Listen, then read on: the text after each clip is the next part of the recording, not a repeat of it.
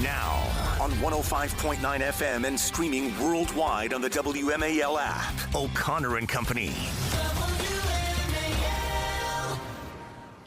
8:07 here. It's our fourth hour of our 4-hour broadcast morning, and we're excited to bring it on home as we hand it off to Chris Plant in just 60 minutes. A lot going on in the world. We'll get you up to date on everything, including some really sad stories from around the world in Sydney, Australia, at Brown University, of course, and the news we woke up to, Rob Reiner murdered at his home in Brentwood, California, by his son.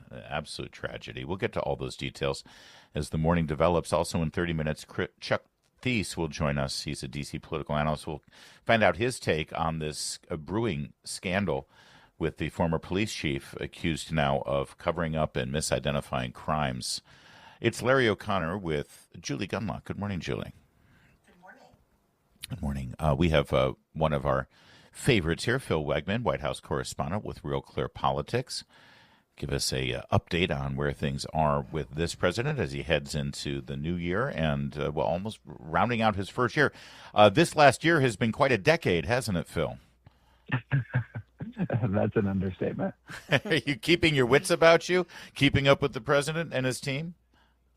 Doing my best, but certainly Donald Trump, we learned early on this year that second time around, he wasn't just returning to the White House so he could play golf. Instead, he had all of the people who generally agree with his political vision on board with him. And this is an administration that, whether you love them or hate them, has been rowing in the same direction, and they've gotten a lot done this year. Yeah, and it's a far cry from the first term where there have been no vacancies. I mean, no one has stepped away, and he has not fired anybody. So it does seem like he's got the team that he's wanted in place. Are there any rumors? There was some rumors last week that, I mean, God, they put Hegseth on the chopping block since before confirmation, and he's still thriving. There was some rumor that Kristi Noem is in trouble in some way, but the president seemed to shoot that down. What are you hearing? So there has been some consternation internally about DHS Secretary Kristi Noem. There's been some grumbling about the FBI Director, Kash Patel, as you just mentioned. And of course, Pete Hegseth. I mean, that guy can't catch a break to save his life. And yet, Donald Trump doesn't want to do the thing that Donald Trump is most famous for. He doesn't want to tell anyone, you're fired. And I think that's because, unlike the first administration, they're not as sensitive as they were to media criticism. And this time around, just to be totally frank with you, the concerns and the arguments have more to do with substance than with drama. I mean, there's no Scaramucci, there's no Omarosa this time around. Instead, Donald Trump has his own people.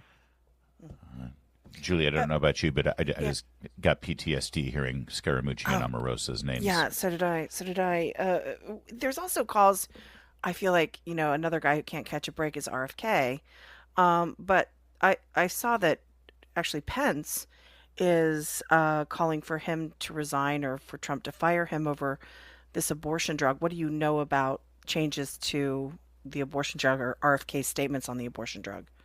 Yeah, this is really an interesting story. One thing that Donald Trump has done really well is pull together all the different strands in the conservative coalition and held them together while adding new factions like the Maha Moms, so on and so forth. But with RFK Jr. at Health and Human Services, there's been a bit of controversy, and the pro-life community is increasingly frustrated with an administration that feels that they've put the abortion issue on the back burner.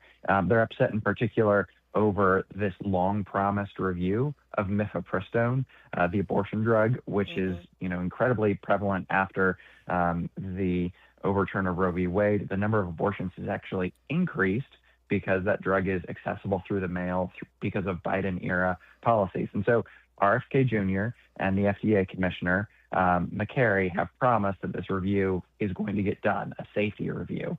In the meantime, though, there has been a generic version of mifepristone which has been approved. And so a lot of these pro-life groups came out and called for McCary to be fired after news from Bloomberg broke last week that McCary had said that the review was going to be paused until after the midterms. The allegation was that they didn't want another political football. The story that we broke this morning is that you have the former Vice President, Mike Pence, now calling on his old boss, not just to fire McCary, but to fire RFK Jr., formerly a pro-abortion Democrat. Fascinating. We'll see where that goes, certainly. And it was probably one of the biggest concerns that many of us had about Robert F. Kennedy Jr. in that position, is that he has been adamantly and radically pro-abortion his entire political career because, well, let's face it, he's a Democrat. Phil Wegmann is our guest, White House correspondent for Real Clear Politics. What did you make of the president's announcement last week, or indication that he is moving to cut certain restrictions on marijuana right now and the way the drug is classified? Some people are seeing this as some sort of move toward further normalization, if not legalization, of the drug. But others are saying, well, this is really just about finances. There's so many states now that have legalized it, and yet because it is still classified nationally as a certain kind of drug, that means banks are not allowed to participate in the purchase of these drugs, which means all of the dispensaries are cash only, and this would now open up credit cards to be able to be used. What is the indication here from your perspective, Phil, of why they're going in this direction? Yeah, it seems that the momentum is moving for reclassification of marijuana for a lot of the reasons that you just mentioned. There are a number of businesses in states that have legalized that are forced to only be cash only. And the hope from some of these lobbyists on behalf of the weed industry is that there would be a more friendly national framework. We'll see if Donald Trump ends up going along with that. But it's really curious, right? Because Donald Trump, both personally and politically, has been an anti-drug guy. And so we're looking at his schedule. Reporters are his public schedule to see, like, is there going to be an executive order announced today? No indication just yet. But think of this. You have an administration that seems to be on the cusp of making weed more accessible at the same time as you have an administration that is really at war with the drug cartels in Venezuela. It seems to be a little bit of mixed messaging. I think that's one way to put it. And finally, we noted that you were very excited about Grandpa Phil Rivers taking to the field. Heavy. Yesterday, I know it was a tough loss for the Colts. Are you a Rivers fan or a Colts fan? What's your passion here? Oh, I'm a Colts fan, and I gotta say, Grandpa Rivers at 44 years old did just enough. I mean, we had taken the lead after that 60-yard field goal. This is Philip Rivers, a good Catholic father of 9 and a grandfather of 1. Comes off the couch after having not played in 5 years. And guys, he I'm not going to say he's the second coming of Peyton Manning, but he looks good. He looks good enough. We were very close to winning, and I have nothing but admiration for Uncle Phil for what he did for us the other day. Well, it was quite a thing to see. I have to say, but he looked physically. He didn't quite cut the same image as you expect from a pro. A little chubbier. Yeah. It's a bit of a throwback. Well, that's what quarterbacks looked like back in the day, but that was, the 60s and 70s, not necessarily this time around, but he does seem like a great man. Thank you, Phil Wegmann. Good to talk to you. Thanks, Phil.